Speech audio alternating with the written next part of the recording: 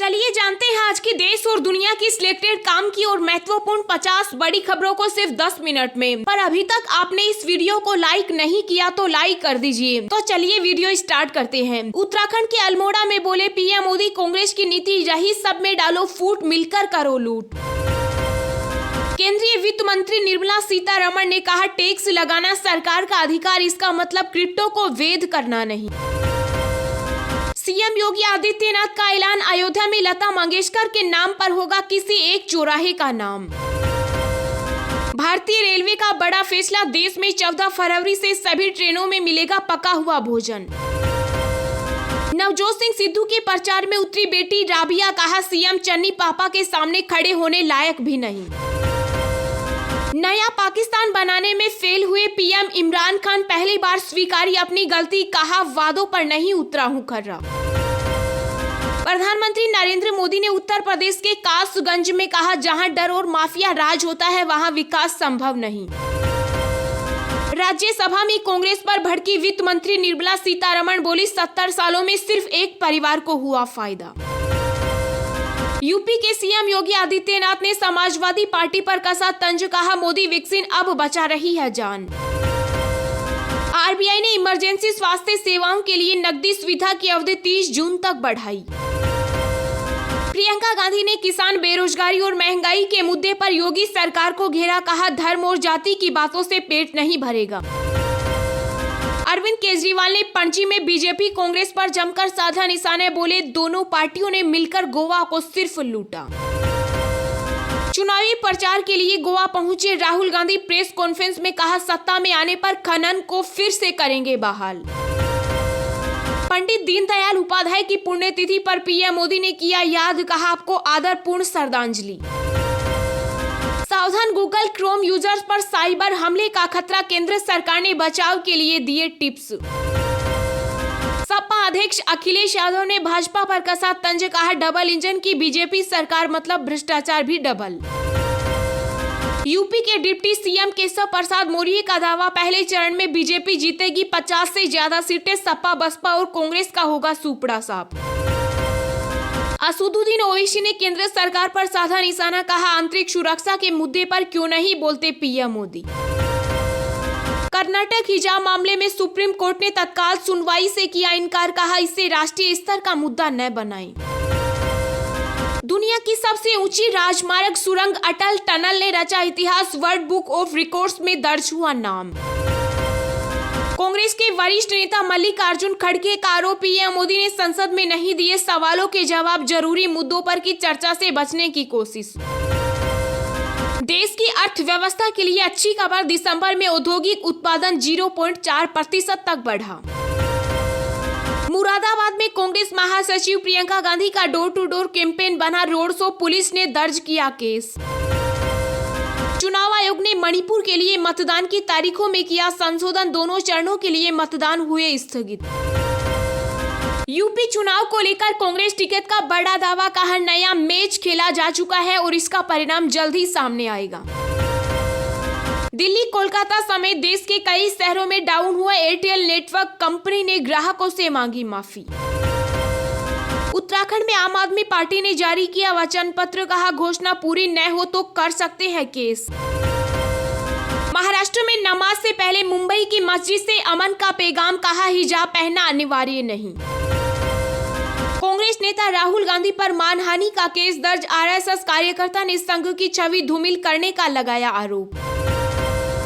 मुंबई में skin to skin touch मामले पर फैसला सुनाने वाली जज पुष्पा गनेडीवाला ने पद से दिया इस्तीफा। पश्चिम बंगाल में बीजेपी नेता शुभेंदु अधिकारी ने कहा बंगाल की स्थिति कश्मीर से भी बदतर खतरे में है हिंदू।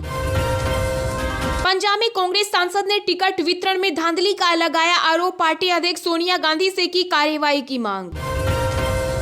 पंजाब में अरविंद केजरीवाल की पत्नी और बेटी चुनाव प्रचार करने पहुंची धूरी, सीएम फेस भगवंत मान के लिए मांगे वोट। आईएमसी प्रमुख मौलाना तोकीर रजा बोले अखिलेश सरकार पूर्ण बहुमत से बनी तो यूपी में फिर शुरू हो जाएगा दंगों का दौर। देश में कोरोना के मामलों में आई कमी, बीते 24 घंटे में 58,000 से अधिक मामले नए आए सामने, 657 लोगों की हुई मौत। हिजाब विवाद पर केंद्रीय मंत्री मुख्तार अब्बास नकवी ने कहा, तालिबानी ताले में बंद नहीं की जाए लड़कियां। पंजाब चुनाव में कांग्रेस नेता सुनील जाखड़ ने हिजाब मामले पर सीएम से मांगा जवाब, कहा कल सिखों की पगड़ी पर भी उठेगा सवाल। यूपी चुनाव के लिए बसपा ने जारी की 9 उम्मीदवारों की नई लिस्ट, अमन मणि त्रिपाठी को नौतनवा से दिया टिकट। जम्मू कश्मीर के गांव में पर्यटकों के लिए होम स्टे की तैयारी, सैलानियों के लिए तैयार होंगे 200 घर।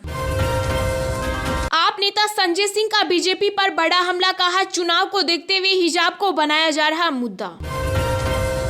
हिजाब विवाद में कूदी कांग्रेस, कर्नाटक हाई कोर्ट के अंतरिम आदेश के खिलाफ यूपी नेता श्रीनिवास ने सुप्रीम कोर्ट का किया रुख।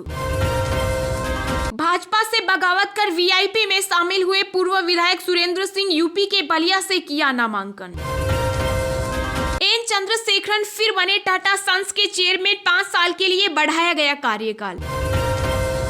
हिजाब विवाद में प्रोटेस्ट कर रही छात्राओं के माता पिता ने लगाया बड़ा आरोप, कहा सोशल मीडिया पर शेयर हो रही निजी जानकारी। द ग्रेट खली ने बताई बीजेपी में शामिल होने की वजह, कहा पीएम मोदी और इनकी नीतियों से प्रभावित हूं। शेयर बाजार में फिर भारी गिरावट, सेंसेक्स 1000 अंक फिसला, निफ्टी भी 17,400 के नीचे पहुंची।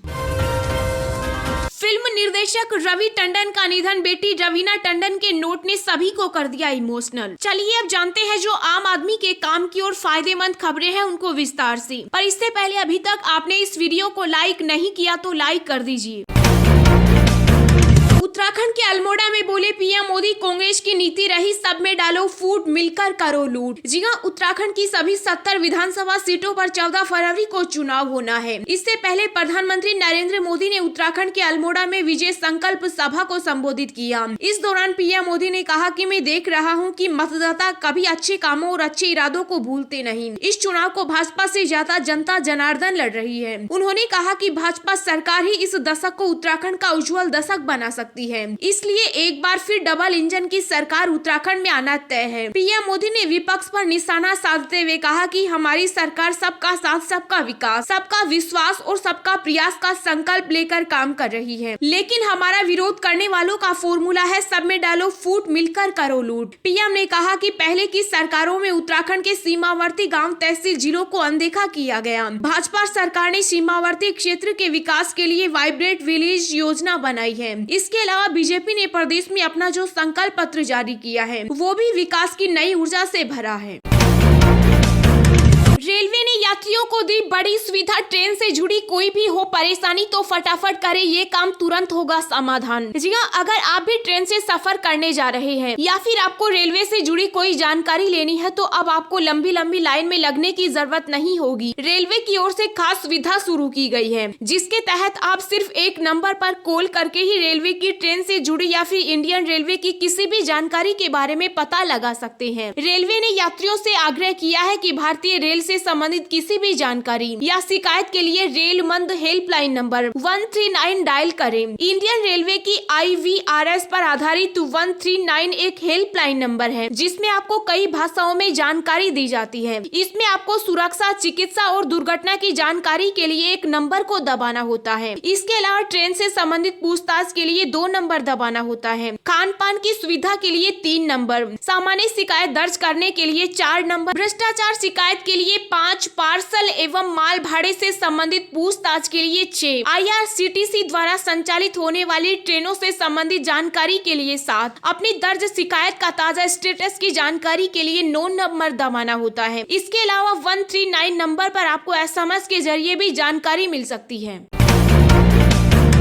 उत्तराखंड में आम आदमी पार्टी ने जारी किया वचन पत्र, कहा घोषणा पूरी न हो तो कर सकते हैं केस। जी हां, उत्तराखंड विधानसभा चुनाव के लिए आम आदमी पार्टी ने अपना घोषणा पत्र, वचन पत्र जारी कर दिया। पार्टी के वरिष्ठ नेता और दिल्ली के कैबिनेट मंत्री गोपाल राय ने आपके प्रदेश कार्यालय में इसे जारी किया। उन्होंने कहा कि इस वचन पत्र का अगर एक भी वचन पूरा नहीं किया गया तो उत्तराखंड की जनता आप पर मुकदमा कर सकती है। इसके लिए पार्टी के CM face colonel Ajay Kothiyal ने एफिडेविट दिया है। आम आदमी पार्टी के वचन पत्र पत्र में अरविंद केजरीवाल की 10 गारंटी और कर्नल अजय कोटियाल के 119 वचन शामिल हैं। घोषणा पत्र की मुख्य बातें: भ्रष्टाचार मुक्त उत्तराखंड बनाएंगे तथा राज्य का बजट 5 साल में दुगुना करेंगे। हर घर 24 घंटे एवं हर महीने 300 यूनिट मुफ्त बिजली मिलेगी। 18 साल से ऊपर की प्रत्येक महिला को हर महीने 1000 रुपए दिए जाएंगे। हर गाँव में प्रत्येक नागरिक को मुफ्त और बेहतरीन इलाज मिलेगा। उत्तराखंड के हर बच्चे को विश्वसनीय शिक्षा दिलाएंगे तथा IIT और एम्स में पढ़ने भेजेंगे। बुजुर्गों को मुफ्त तीर्थ यात्रा मिलेगी और उत्तराखंड को हिंदुओं की आध्यात्मिक राजधानी बनाएंगे। शहीद सैनिक के परिजनों को 1 करोड़ रुपए की सम्मान राशि दी जाएगी। पूर्व सैनिकों को सरकारी रोजगार दिया जाएगा। ऐसे ही रोज दिन भर की ताजा खबरें पाने के लिए चैनल को अभी सब्सक्राइब करें।